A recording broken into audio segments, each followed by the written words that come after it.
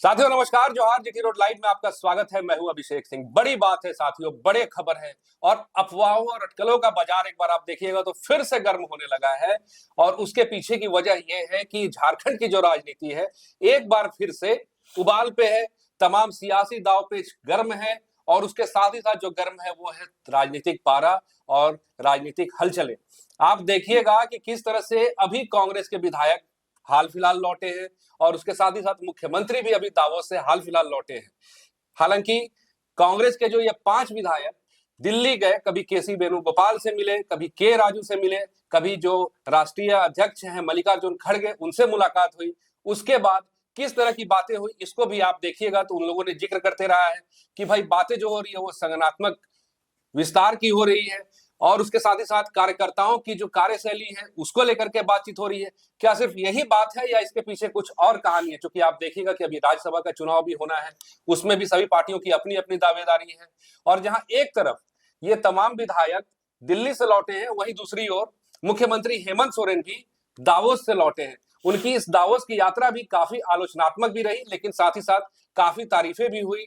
हालांकि एक ये यात्रा जो है वो ऐतिहासिक है और वो इसलिए है क्योंकि इस यात्रा में झारखंड से कोई पहला आदिवासी जो है वो वहां पे गया था। और उसके साथ ही साथ झारखंड के जितने तरह के संसाधन है, चाहे वो प्राकृतिक संसाधन हो या फिर बात करें क्रिटिकल मिनरल्स की, इन तमाम चीजों के साथ साथ झारखंड का प्रतिनिधित्व करने के साथ कई तरह के एमओयू भी वहां साइन हुए। इस पे भी चर्चा हुई कि भाई जब यहीं पे सरकार के सारे जब यहीं पे सरकारी और तमाम कंपनियां हैं तो फिर विदेश में क्यों? हालांकि आप देखिएगा कई तरह की चीजें जो होती है वो फाइलों दर फाइलों भटकती रहती है। न जाने कितने वक्त बीत जाते हैं उसको पूरा होने में, तब जाकर के कुछ बात बनती है। लेकिन यहाँ जब सरकार और उसके साथ ही साथ तमाम कंपनी के प्रतिनिधि आमने सामने हो तो निश्चित रूप से इसका फायदा ये जरूर होता है कि कोई भी काम त्वरित गति से होगी। हालांकि ये तो अलग बात है। और इसके साथ ही साथ आप देखिएगा कि मुख्यमंत्री के वापसी के बाद ऐसे तमाम संकेत मिल रहे हैं कि कुछ बहुत बड़ा होने वाला है। क्या बड़ा होने वाला है और क्या परिवर्तन होगा, इन तमाम चीजों पर हम चर्चा करेंगे। आप फ्रेम में हमारे साथ देख रहे हैं हमारे वरिष्ठ पत्रकार सहरोज कमर जी है। सर बहुत बहुत स्वागत है आपका। और क्या बदलाव देख रहे हैं सर आप, इतना क्या परिवर्तन की बयार बह रही है सर? एक चीज बताना आप भूल गए अभिषेक भाई। जी सर। केंद्र सरकार ने गुरुजी दिशोम गुरुजी शिबू सोरेन जी, मुख्यमंत्री हेमंत सोरेन के बाबूजी जी, हम सब लोग गुरुजी कहते थे, उनको पद्म भूषण दिए जाने की घोषणा, जबकि वो भारत रत्न के लाए हकदार। जी, हेमंत सोरेन ने स्वागत तो किया, जेएमएम ने भी किया, कांग्रेस के लोगों ने भी किया, लेकिन हेमंत सोरेन ने अपने पोस्ट में लिखा भारत रत्न थे जी। और भारत रत्न रहेंगे। और आप आपने दिया चाहे नहीं दिया। जेएमएम के जो ये है विनोद पांडे, इन्होंने भी बयान जारी किया था। हाँ, मांग जारी रहेगी। हाँ, हमारी मांग जो है वो जारी रहेगी। हाँ जी। तो यही सब तो खेला है। एक तरफ भाजपा की राज इकाई बाबूलाल मरांडी रोज शाम में बैठते हैं, प्रेस कॉन्फ्रेंस करते हैं और छेड़ते हैं, और उधर जो है ट्यूनिंग जो है अमित शाह साहब से बहुत अच्छी है और मोदी सरकार से बन गई, मोदी जी से भी हेमंत सोरेन की। जी। आपने दावोस की चर्चा की जी। यहाँ लोग आलोचना कर रहे हैं दावोस की।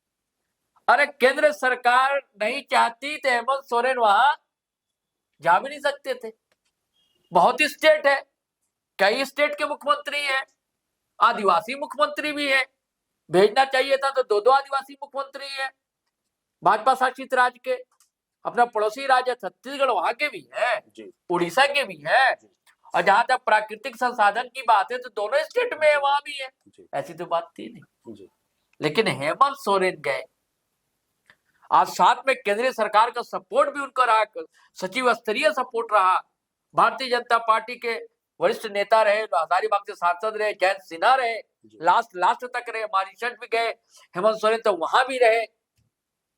वहां सपोर्ट है, वहां सम्मान दिए जाने की घोषणा की जा रही है। ये जो है बाबूलाल मरांडी टांग खिंचाई करने में लगे हुए, कुछ खेला जरूर होने जा रहा है। जी। अब क्या खेला होगा, हम लोग कई बार इसकी चर्चा कर चुके हैं। जी। और ये आपने चर्चा की कि कांग्रेस के गए कई लोग गए। नहीं तो सर क्या वजह क्या है इसके पीछे? मैं बता रहा हूं ना, कांग्रेस के कई लोग गए वहां। जी। एक तो मंत्रिमंडल का विस्तार होना है, ये तो तय समझ लीजिए। दूसरे खेल की चर्चा करेंगे। मंत्रिमंडल का विस्तार तो होना है, आपको पता है कि जब रामदास सोरेन नहीं रहे थे तो तय था, लेकिन फिर उपचुनाव हो गया वहां पर, तो सोमेश मंत्री बनेंगे तय जेएमएम कोटे से जी। अब जेएमएम के एक और मंत्री को लेकर भी आशंका जतलाई जा रही है कि उनका कामकाज, उनका स्वास्थ्य ठीक नहीं रहा, तो हो सकता है कि उनको ड्रॉप किया जाए और किसी और को। हफीजुल हसन। हाँ चलिए, आपने नाम ले लिया जी। इनके बारे में बातें कही जा रही है। अब कांग्रेस में भी नाराजगी है। कांग्रेस के जो कोटे के मंत्री हैं, 4 मंत्री हैं, और चारों से कांग्रेस के विधायक ही नाराज। कई बार ऐसे मामले सामने आए, सदन में भी प्रदीप यादव भिड़ गए इरफान अंसारी एक बैठक में थे, कांग्रेसी लोग ही थे, उन पर आरोप लग गया कि आपके लोगों ने पैसे लिए 5 लाख रुपए, ये भी वीडियो वायरल हुआ था। अब बीच में कुछ अपने बयान को लेकर भी इरफान अंसारी और शिल्पा नेहा तिर्की, जो बंधु तिर्की की बिटिया है, बड़े कद्दावर लीडर है आज की तारीख में भी कांग्रेस में, बंधु तिर्की। अभी देखिए कांग्रेस ने उनका असम भेजा था, जहाँ जेएमएम ने अपने कमांडो भेजे थे तो बंधु तिर्की भी गए हुए थे, और धुआंधार उन्होंने जलसा और सभाओं को संबोधित किया है। आदिवासियों के बीच भी, आम लोगों के बीच भी, ओबीसी के लोगों के बीच भी उनकी बिटिया है, और इनकी पहुंच कहा जाता है कि एकदम भैया सोनिया गांधी तक है बंधु तिर्की। लेकिन उनकी बिटिया के कामकाज से नाराजगी, क्षेत्र में भी नाराजगी, या कांग्रेस के विधायक भी नाराज है। और जो 5 लोग गए थे इसीलिए गए थे तरह से, हालांकि कह रहे संगठन और ये वो, जब संगठन की ऐसी बात थी तो अभी ये कहीं प्रभारी बनाया गया था, इनको तो बना दिया गया प्रभारी, इनको ही बनाया गया है राजेश कच्छप को भी, लेकिन उसके बाद ये बयानबाजियां उनकी जारी है। अब साफ खुलकर कह रहे हैं कि ये जो मंत्री लोग हैं कांग्रेस कार्यकर्ताओं का सुनते नहीं है, खुले आप कह रहे हैं, बयान दे रहे हैं राजेश कच्छप। अब कहा जा रहा है कि अच्छा, उसमें इसी 4 तो आदिवासी थे जी, और एक दलित विधायक भी गए थे, सुरेश भगत जो है वो भी गए थे। राधा कृष्ण किशोर दलित कोटे से आते हैं कांग्रेस में, वो मंत्री है, उनसे भी नाराजगी है। तो वो इस कोशिश में है कि भैया वो हटे तो कुर्सियां हमको मिल जाए, और राजेश कच्छप की संभावना ज्यादा है, ये ज्यादा हाथ पैर मार रहे हैं। तो मंत्रिमंडल का विस्तार होने की बात है, और इन लोगों को, और देखिए ना ताजा खबर अभिषेक भाई, बता ही नहीं रहा हूं मैं जी, कि जो 4 कांग्रेस कोटे के मंत्री हैं सबको राहुल गांधी ने दिल्ली बुला लिया। अच्छा। और साथ में प्रभारी भी, और साथ में कांग्रेस अध्यक्ष भी। अब हम लोग को लोग कहता है कि आप लोग बात बनाते हैं, अरे बात कुछ है तब न बुलाया है, चाय पीने बुलाएंगे कि हवाई जहाज का किराया पार्टी दे रहा हो, चाय पीते हैं, पकौड़ा खाते हैं, अरे कोई तो बात होगी, कैसे ही बुलाया जाएगा, ऐसे तो बुलाया नहीं जाएगा। यानी कि कुछ ना कुछ खटपट चल रही। अब मंत्रिमंडल का विस्तार होना तय। तो आपको क्या विस्तार अब जैसे एक चीज और बात है, आपको विस्तार दिख रहा है या फेरबदल दिख रहा है, क्या दिख रहा है? नहीं, कुछ फेरबदल भी हो सकता है, संभावना है, बहुत संभावना है जी। फेरबदल की भी संभावना है, विस्तार तो हो गई, विस्तार क्या होगा, जो कोटा उसी में फेरबदल होगा, और जो सोमेश सोरेन रामदास सोरेन की जगह खाली है वो भरा जाएगा। नहीं, कांग्रेस की बात कह रहा हूँ सर, कांग्रेस में जो है फेरबदल ही तो नजर आ रहा है ना आपको, कुछ ना कुछ। नहीं, बीच में एक बातें आई थी जी। अभी अगर ऐसी बात नहीं होती तो वेणुगोपाल क्यों फोन करते हैं भैया हेमंत सोरेन को, या राजू साहब क्यों मिलते हैं, बात करते हैं हेमंत सोरेन से, कुछ बात है ना जी। आप फिर बयान देते नहीं ऐसी कोई बात नहीं है, अरे कुछ ऐसी बात है, इसीलिए आप कह रहे कि ऐसी कोई बात नहीं है, तभी तो बात कर रहे हैं आप। अब मीडिया में आकर कह रहे हैं कि नहीं कोई बात नहीं है। कई बार आपने देखा होगा ना, कई लोग का, मैं बार बार याद करता हूँ अन्नपूर्णा देवी, उसकी रिपोर्टिंग करता था, राजद में थी वो, है ना, दोपहर तक राजद कार्यालय में, कोई ऐसी बात नहीं है कि हम जा रहे हैं भाजपा में, है ना, आज शाम को भाजपा दफ्तर में होती। ऐसे हुआ था, एक लीडर थे, चंडीगढ़ की बात है, और राहुल गांधी की सभा में शामिल हुए, कांग्रेस के लीडर थे, नहीं आप कहीं नहीं जा रहे, हम तो देखिए सभा में शामिल है। और शाम रात होते होते दामन किसी और पार्टी का थाम लिया। तो ऐसी चीजें तो होती है, ऐसी चीजें दिखती है, इसीलिए सवाल उठता है, क्योंकि भारतीय जनता पार्टी के साथ तो नहीं जाएंगे, इतना तय, कभी नहीं जाएंगे, क्योंकि दोनों का जनाधार अलग अलग जी, बिल्कुल, दोनों अपने पैर में कुल्हाड़ी नहीं मारेंगे जी। लोग कहते हैं ना कि पहले भी सरकार बनाई है, ठीक बनाई है, पहले इतना मजबूत स्थिति जेएमएम की नहीं थी, वोट बैंक इतना बड़ा जेएमएम का नहीं था, झारखंड की पार्टी होकर भी जेएमएम का फैलाव इतना नहीं था।